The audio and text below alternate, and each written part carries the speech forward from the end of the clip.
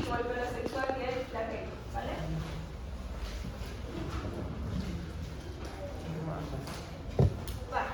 Ahora, el flagelo como tal es un aprendizaje de movilidad. Va a ser el que le genere mayor fuerza motriz. Este también es el más largo, el más grande de las estructuras de movilidad. Va a estar conformado, muchachos, por anillos que le van a transmitir la fuerza motriz.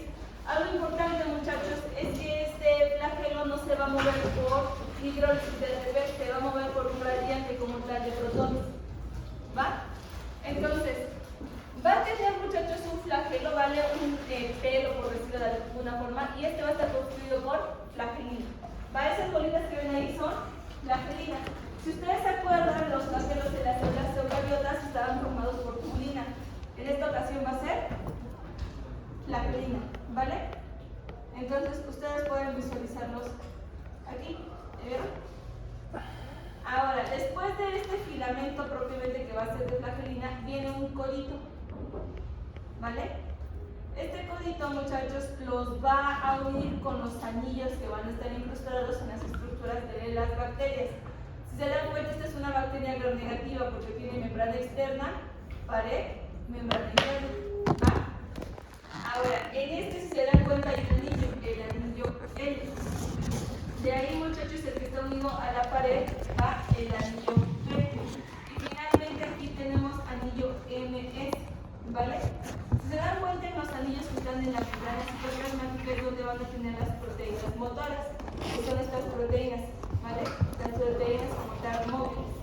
Estas proteínas, muchachos, gracias a que va a haber una descarga, o por decirlo así, un desbalance de los protones, va a permitir que empiecen a girar. Cuando giran, el flagelo gira, ¿va? Ahora, ¿se acuerdan que yo les había dicho que iba a haber antígenos para poderlas clasificar?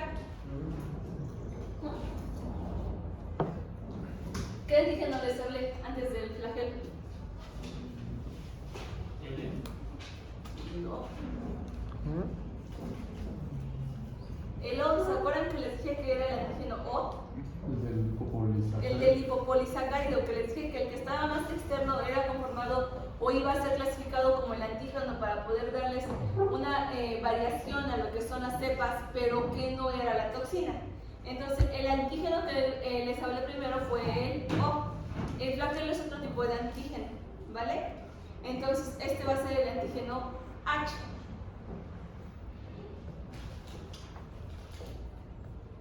Ahora vean la diferencia entre una gran positiva y gran negativa. Si se dan cuenta, las gran negativas tienen más discos, mientras que las gran positivas atraviesan toda la pared.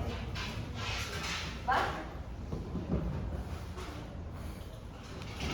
Ahora, ya les comentaba, muchachos, que iba a ser por un gradiente de protones la movilidad y no por ATP. Y si se dan cuenta, puede correr, que se dice antihorario o en forma horaria.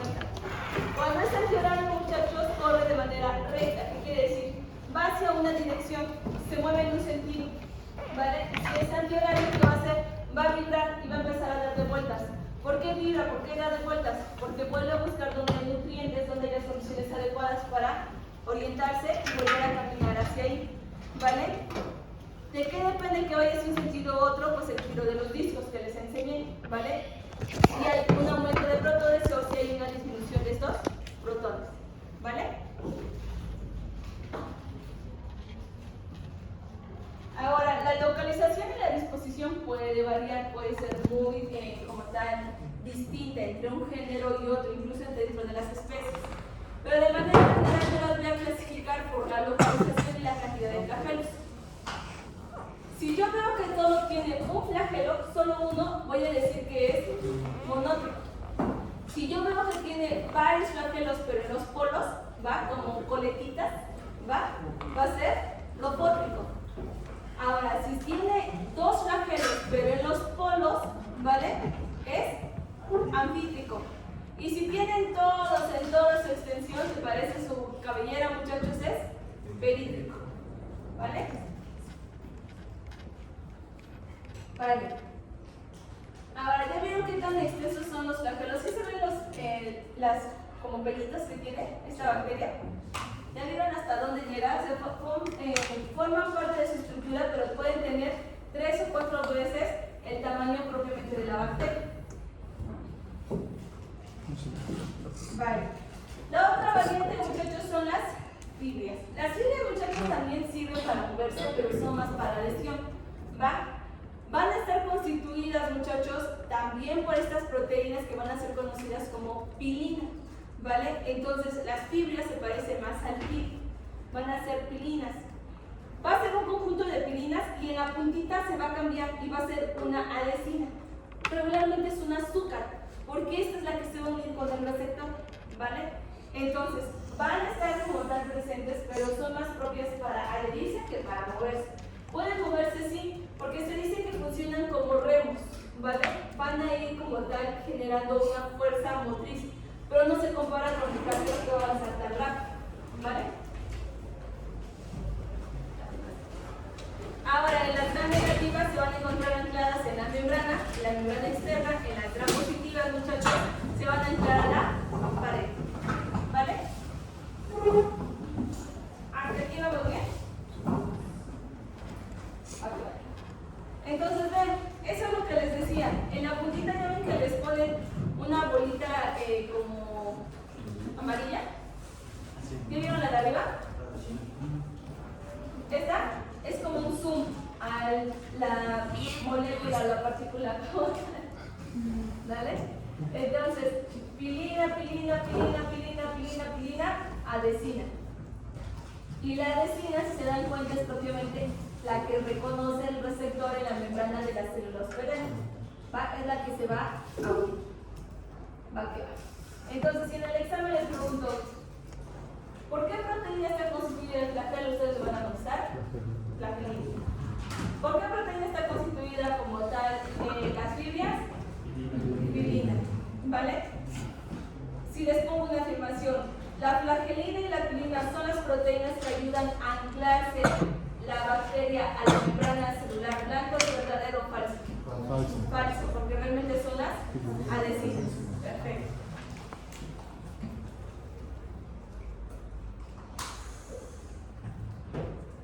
Ahora, otra estructura, muchachos, que puede ser de movilidad, pero es más para la ganancia genética, que vamos a ver un poquito más adelante, va a ser el pili sexual.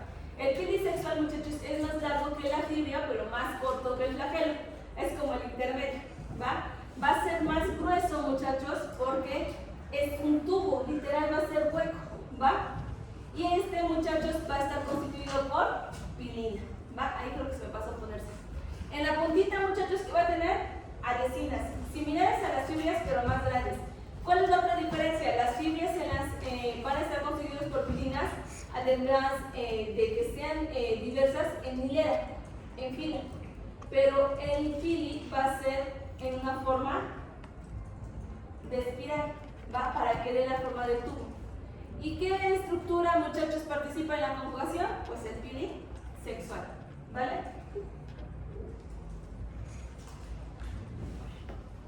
Ahora, ¿qué otra estructura pueden tener, muchachos? No son de movilidad, pero sí les sirven para adherirse y para resistir, que son los exopolisacáridos. Los exopolisacáridos, muchachos, los sintetizan a nivel citoplasmático y los secretan, los sacan al exterior. ¿Se acuerdan de esas proteínas ligadas a carbohidratos? Sí. O a lípidos, las GPI que vieron en biología.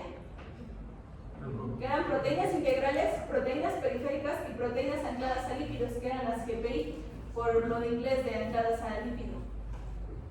¿No? ¿Las que son las lineales? ¿Biología celular?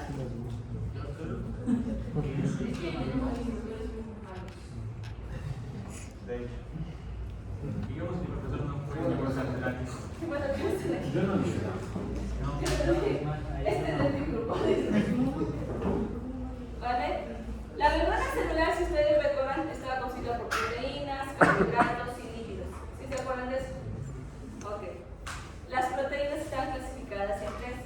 Unas que estaban atravesando la membrana, que eran las integrales, otras que estaban ancladas a la membrana lipídica pero libres, que eran las periféricas, y otras que se adherían a los lípidos que nacían de la membrana, que eran las proteínas ancladas a lípidos, ¿vale? Estas que eran las GPI, ¿va? Estas proteínas ancladas a lípidos, muchachos, muchachos, van a ser partícipes de este sexo polisacárido. ¿Va? ¿Qué quiere decir? No está unido como tal a la membrana, pero sí está interactuando con esta estructura para proteger a la bacteria, ¿vale? Entonces, el exopolisacárido, muchachos, principalmente ¿de qué está constituido? Pues de azúcares, ¿no? Por eso se llama polisacárido y se llama exo, ¿va? Porque está afuera, ¿va? Ahora, dependiendo cómo se organice, yo puedo decir que forma el glicocáliz o la cápsula. El glicocáliz entonces va a estar más desorganizado, lo va a secretar y se va a estar uniendo, ¿va? Se va a estar uniendo a estas proteínas centradas a lípidos, ¿va? Ahí se va a estar uniendo. Entonces, es menos organizado, muchachos, la mayoría es solo azúcares y es muy flexible, ¿vale? El glicocáliz participa en la formación de biopelícula, que lo vamos a ver un poquito más adelante, ¿va? Ahora, ¿para qué sirve el exopolisacárido, muchachos? Pues es una capa de moho. Simplemente, una de las funciones es que yo me pueda adherir a cualquier superficie, ¿vale? Han jugado con lo que era el moco de gorila y eso, ¿cierto? ¿No jugaron? Que la aventaban, se pegaba y ya lo sacaban, lo aventaban a la pared y se quedaba pegado y luego poco a poco se deslizaba, ¿vale? Entonces, es adhesión, ¿va? Ahora, al ser una capa extra, ¿qué hace? Pues protegerme. ¿Contra qué, muchachos? Primero, contra las defensas del hospedero. Me defiende contra virus y toxinas, pero también me defiende para la pérdida de agua. Es un mecanismo que me protege contra la desecación, ¿vale?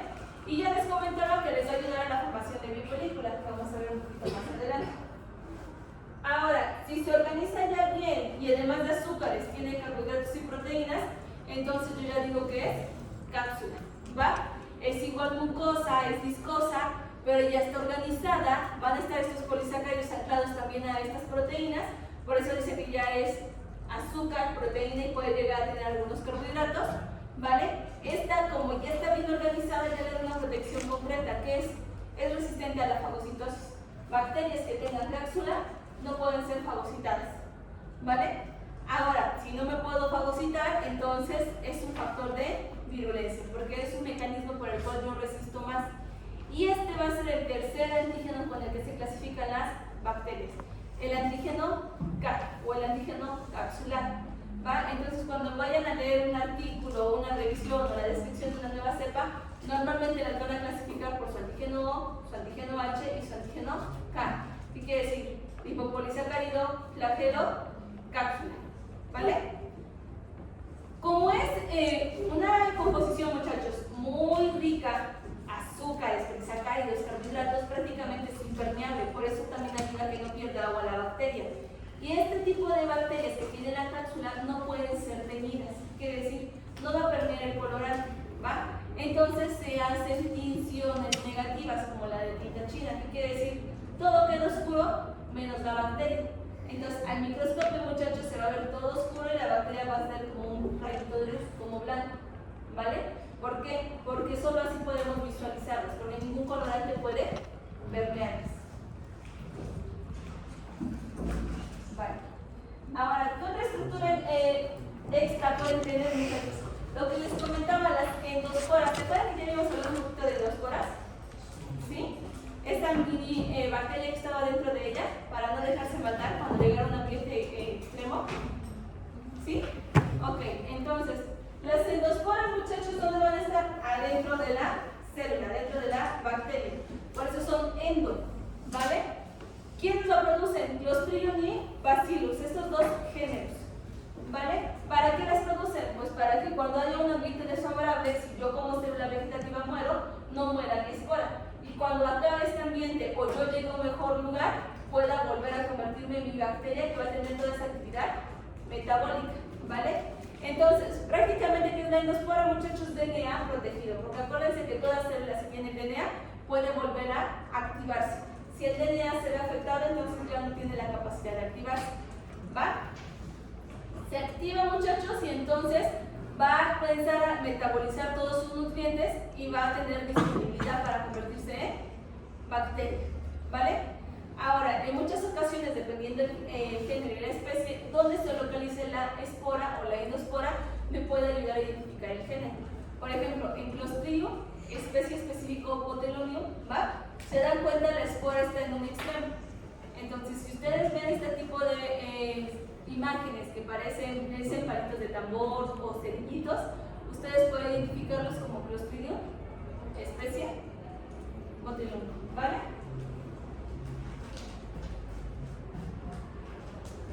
Y este es un ejemplo muy sencillito de cómo se forman las esporas o las enosporas.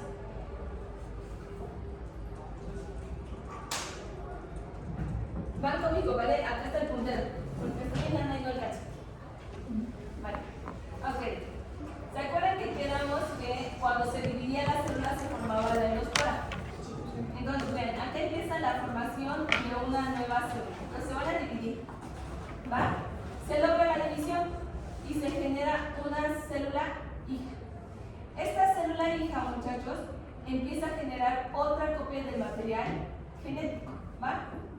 Entonces, cuando empieza a generar otra copia del material genético, se empiezan a hacer estos mesosomas que se acuerdan que iban a ayudar a los sectos. Vale, entonces empieza la formación de este mesosoma. Esto, muchachos, permite que la membrana, que todavía no está desintegrada por completo, empiece a formar un nuevo compartimento, ¿vale? Entonces, vean, aquí se empieza a formar lo que sería la endoespora, ¿vale? Empieza a madurar, muchachos, y se empieza a mover porque se debe de localizar en alguna parte específica de la célula. Quedamos que el Clostridium botulinum se va al extremo, a la puntita, por eso parece un palito de tambor, ¿vale? Entonces, ya que se posicionó, se empieza a generar múltiples capas. Normalmente son capas gruesas de azúcares, de lípidos que la van a proteger contra el ambiente. Se hacen las múltiples capas, muchachos, y entonces ya queda mi espora. Cuando empieza a haber un ambiente hostil, muchachos, se empieza a anexar lo que es la corteza, que se va a convertir en una capa mucosa que es el exosporo, y finalmente la capa cortical. Se empieza a madurar la espora porque en este momento hay un ambiente hostil que va a permitir la destrucción de la célula, pero cuando se destruya la célula, sale libre la espora. Entonces, ¿cuáles son las capas de la espora? El exosporio, la capa cortical, ¿va? La corteza y propiamente el núcleo de la espora, que es el DNA. Cuando esta se empieza a activar, muchachos, empieza a destruir capa por capa, de ahí sale la energía hasta que finalmente se rompe y se vuelve a convertir en una célula. ¿Sí? ¿Cuáles son las capas? Ok, miren, acá está. Exosporio. ¿Ya lo vieron? ¿Sí ven el puntero? Estoy bien emocionada y les pregunté. No, no alcanzo lo que digo. ¿Ya vieron este rojo que se mueve? Sí, no. Vale, ese es el puntero. No sé cómo se cansa. No sé qué hacer. Este es la capa más externa, exosporio, ¿vale? Es esto como verde que les ponen acá. Después, no sé si ven esta como capita café o anaranjada, no sé cómo lo ven. Esta es la capa cortical, ¿vale? La capa cortical. Luego abajo de esta se ve como una más clarita, como cremita. Esta es la corteza. Y finalmente adentro va a estar el núcleo, que sería el DNA de esta estructura. ¿Sí? No. ¿Sí? ¿Están cansados? Un poco. ¿A qué hora se entraron? ¿Me quedan seguiditos? Sí.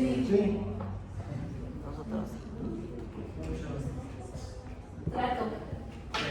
Aunque lleguen una 10, vas a comprar algo y acá comen en la clase para que no estén así dormidos. Entonces, para el día de mañana, no sé, nos vemos una 10, ¿vale?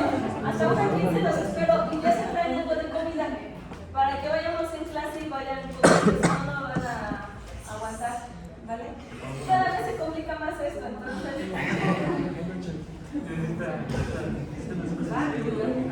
Entonces, mañana ya traen comida para que tengan azúcar y pongan atención, ¿verdad? Vale. Ahora, ¿qué otra estructura extra tiene, muchachos? Inclusiones citoplasmáticas. ¿Qué son las inclusiones citoplasmáticas? Vesículas, ¿va? En español, vesícula, una burbuja que tiene adentro. Se supone que la endospora se genera cuando están las endosporas. Y hace rato dijo que las endosporas estaban dentro de la célula. La endospora siempre está madura cuando se estresa. ¿vale? No sé si me explico. De la imagen, en este punto tú puedes ver que aquí ya está la endospora, ¿vale? Y tendría lo que sería la capa cortical, la corteza y el núcleo. Eso prácticamente siempre está. Cuando empieza a estresarse o el ambiente ya no es tan bueno para la célula, le coloca la última capa, que es el exosporio. Cuando le coloca el exosporio es cuando ya se va a alisar la célula y va a entrar en el ambiente, ¿vale? Entonces la espora siempre está, esto siempre está. La madura cuando siente que el ambiente ya es hostil, pero siempre está, por eso van a tener este tipo de estructuras. Aquí yo puedo haber cultivado el Clostridium, puede no estar estresado, puede estar bien contento, pero ya tiene su esporita, ¿vale? Ya tiene ese como chicotito. Pero ahí, por ejemplo, esa fotografía sería. Es que por ejemplo, si dicen que están dentro, eso sería la fotografía del reino de una bacteria. No es el exterior, esta es toda la bacteria. Todo. Pero mira, le voy a hacer un análisis. Ahí está. ¿Vale? Este sería una forma de bacilo. Es una bacteria en forma de bacilo. Pero como tiene esta protuberancia porque se está sintetizando, tiene adentro otra célula, genera un aumento como tal de su ancho. Y por eso se ve. No sé si tú puedes ver esto. Esto es la membrana, esto es un bacilo, esto es funcional. Y aquí en este chipotito que les ponen como rosita, ¿va? Esta no se tiñó por completo, se hizo una tinción y por eso se ve como rosada, ¿va? Porque prácticamente lo que está teñido es su superficie y agarró solo un poco de color ahí. Entonces, este es un bacilo, este es funcional, este se puede dividir, ¿vale? Y a una de las células se va a quedar la espora y a la otra se va a sintetizar su espora. Esta es una célula metabólicamente activa. Cuando se rompiera solo viéramos este circulito rojito, ¿vale? Sí, pero esta es una célula. La célula funcional, esta respira, se alimenta, excreta cosas, esta hace todo, ¿vale?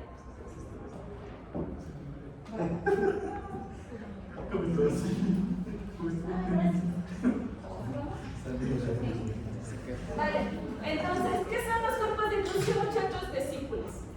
¿Vale? ¿Para qué tiene vesícula? ¿Todavía no tienen altas bolitas estos?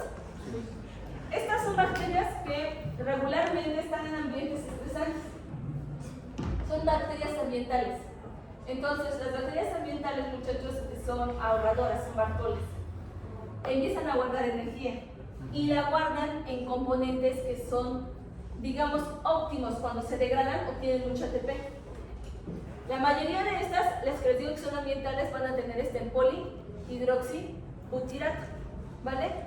Pueden también tener, o lo van a encontrar como PHB. ¿Le ven acá? Este es común. ¿Qué es esto, muchachos? Es un polímero tan grande que cuando lo empiezan a romper genera un montón de ATP. Este polímero es grande y es estable. ¿Han escuchado del plástico biodegradable? Sí. Va a ser sintetizado de este tipo de microorganismos, ¿vale? Y uno de los componentes del plástico biodegradable es el PHB.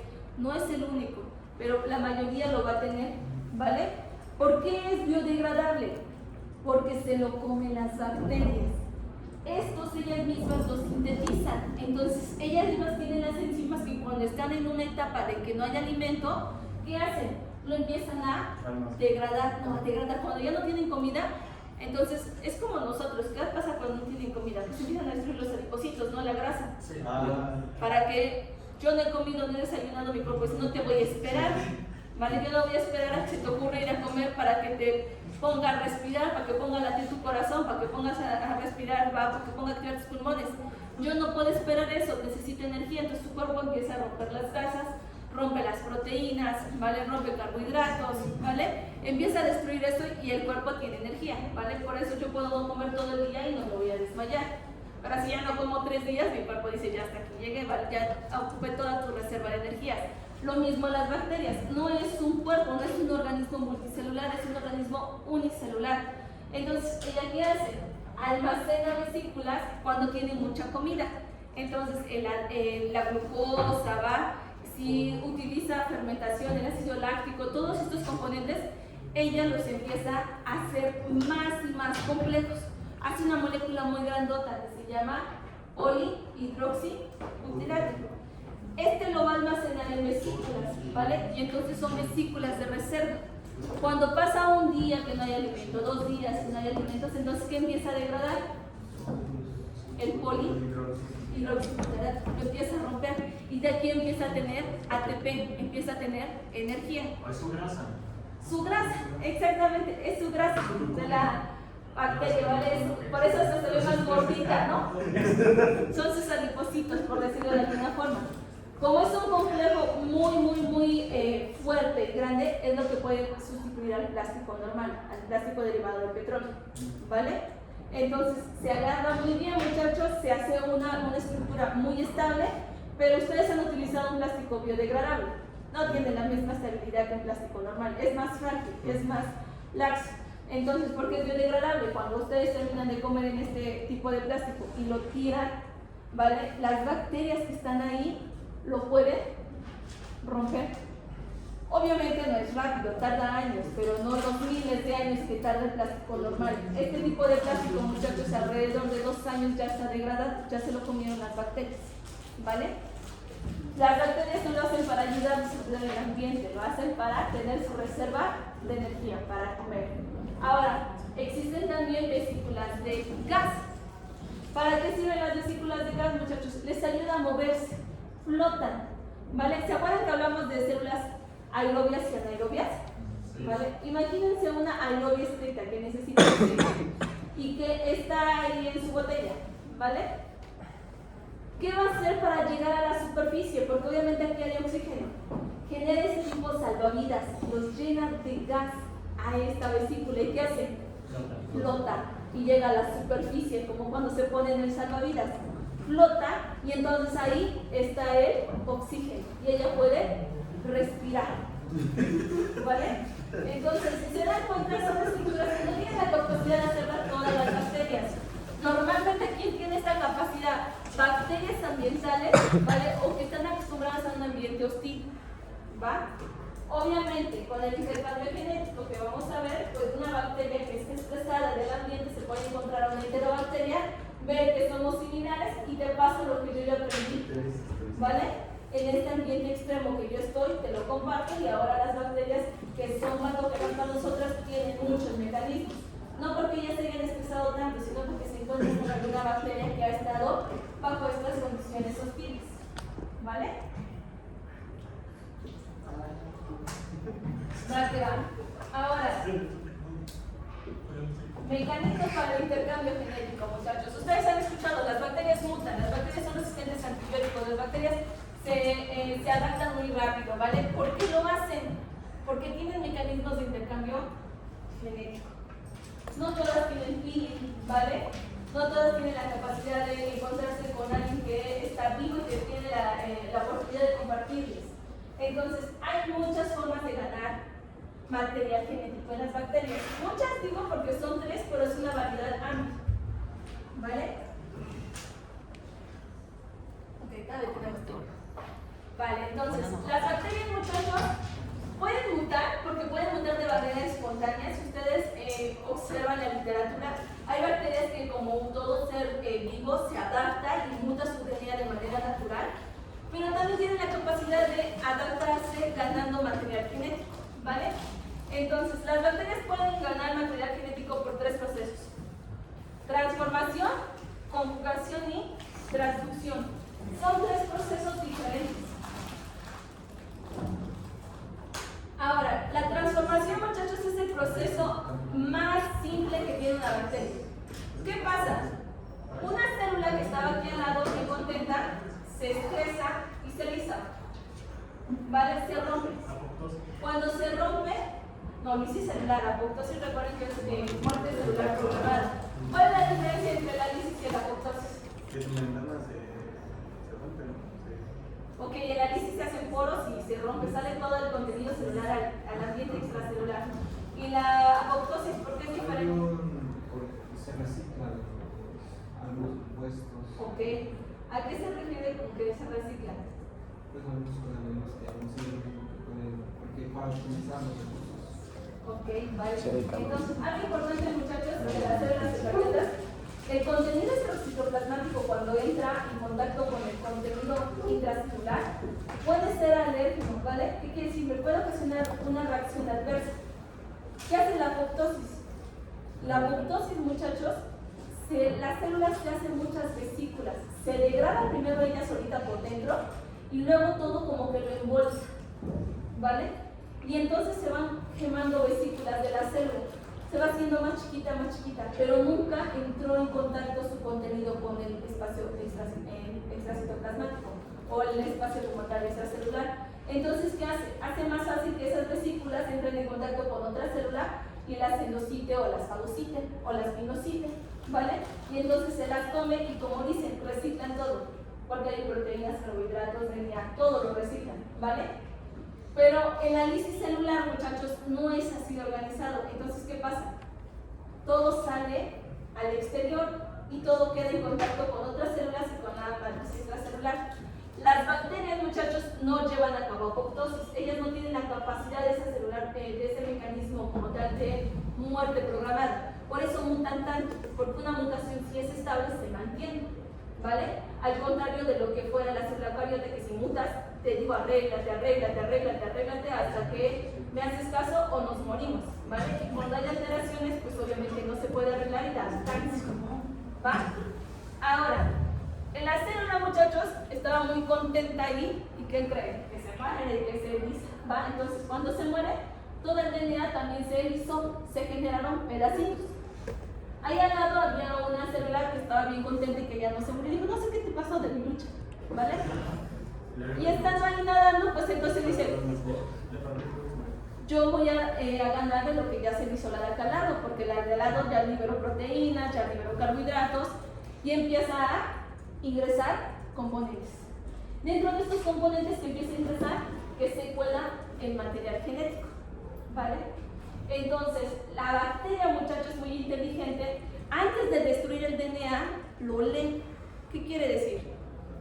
Yo veo si la información que tienes me es útil, y si me es útil, hago la transformación. ¿Qué quiere decir?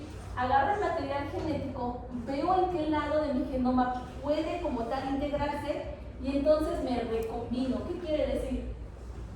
Integro tu material genético a mi cromosoma y entonces yo ya tengo una célula transformada, yo ya gané material genético, yo ya me lo quedé, pero porque lo sé leer. ¿A qué se refiere con que lo sé leer? Imagínense que encuentran un sobre allá afuera tirado, ¿vale? Y está en mandarín.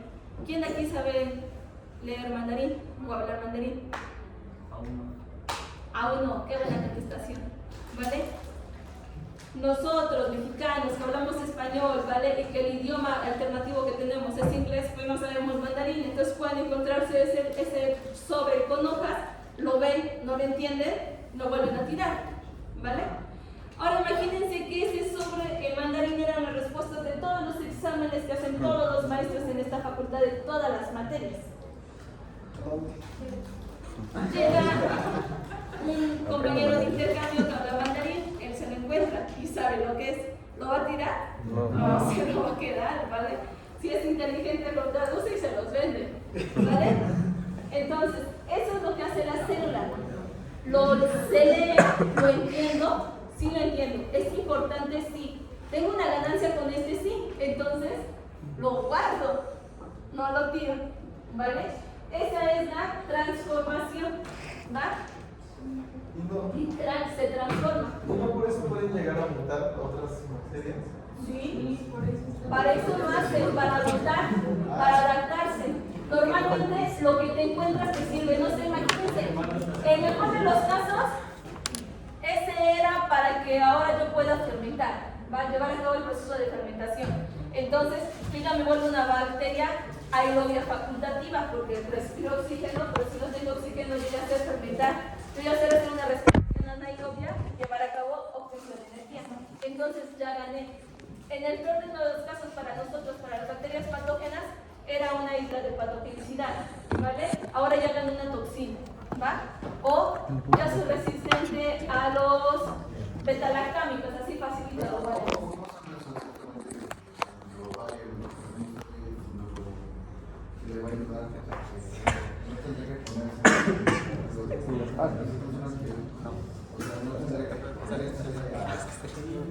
¿A las partes?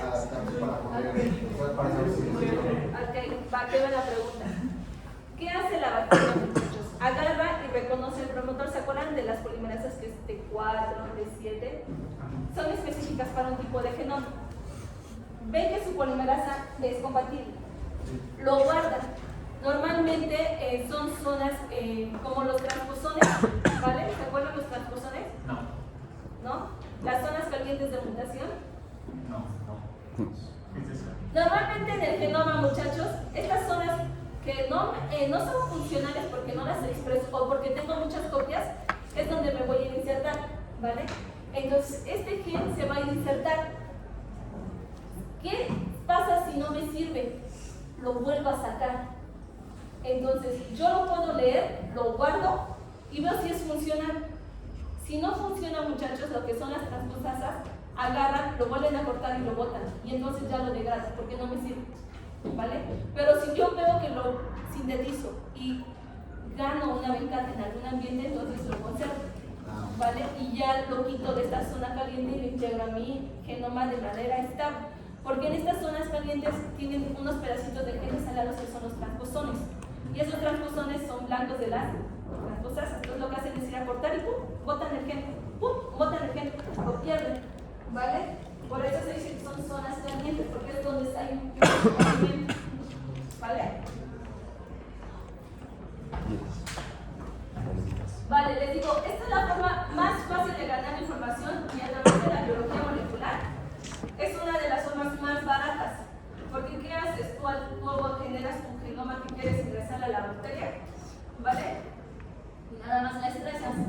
Le pones calor, le pones frío, entonces como que se hace más permeable y trata de ganar cosas. Le metes el DNA, lo gana, le quitas el estrés y lo pones en un ambiente rico y se mantiene estable. ¿Vale? Entonces, esta es de las más fáciles porque la célula no necesita nada. No necesita un pil, no necesita flagelo, no necesita cápsula, no necesita nada. Lo hace de manera natural. ¿Vale? Que es el esquema clásico, ¿va? DNA se degrada, lo integro, veo si me sirve. ¿Ya vieron que acá están las dos opciones? Me sirve, lo integro. No me sirve, lo degrado. ¿Vale?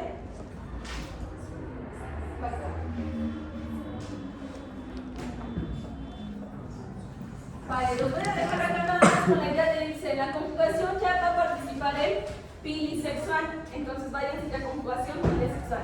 En la conjugación necesito dos células. Una célula que se dice donadora, porque yo tengo el pilisexual y el plácido que te voy a compartir, y otra que es receptora. Esta receptora, igual que lo anterior, debe de ser compatible. Debe de tener el receptor para que se pegue el pili, que reconozca la adhesina. Y también va a haber intercambio genético, pero aquí de plácidos, que se recuerdan era el material extra cromosómico. ¿Vale? Entonces, espérense con esa mente.